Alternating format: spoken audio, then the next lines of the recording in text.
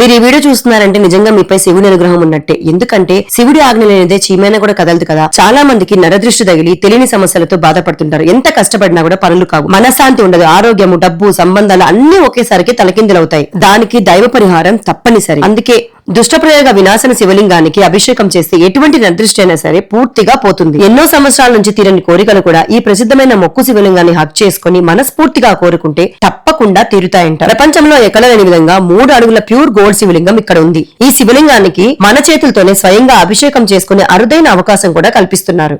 Ramaneswaram temple Yadagirigutta దగ్గరలో నాగిరెడ్డిపల్లిలో ఉంది. ఈ టెంపుల్ సిద్ధగురు శ్రీ రమణానంద మహర్షి గారి చేతుల మీదుగా స్థాపించబడింది. అభిషేక ప్రియుడైన శివుడి కోసము జలలింగాలు 232 ఉన్నాయి. 365 రోజులు నిరంతరంగా జలాభిషేకం జరుగుతూనే ఉంటుంది. జలలింగ దర్శనం చేసి మనసులో ఉన్న కలతంతా తగ్గి మనశాంతి కలుగుతుందని భక్తులు నమ్ముతారు. ఇక్కడ మొత్తం 2000 శివలింగాలు, 1200 శ్రీచక్రాలు మనకు దర్శనమిస్తూ ఉంటాయి. మీరు చూస్తున్నది 9 అడుగుల పంచలోహ శ్రీచక్రం.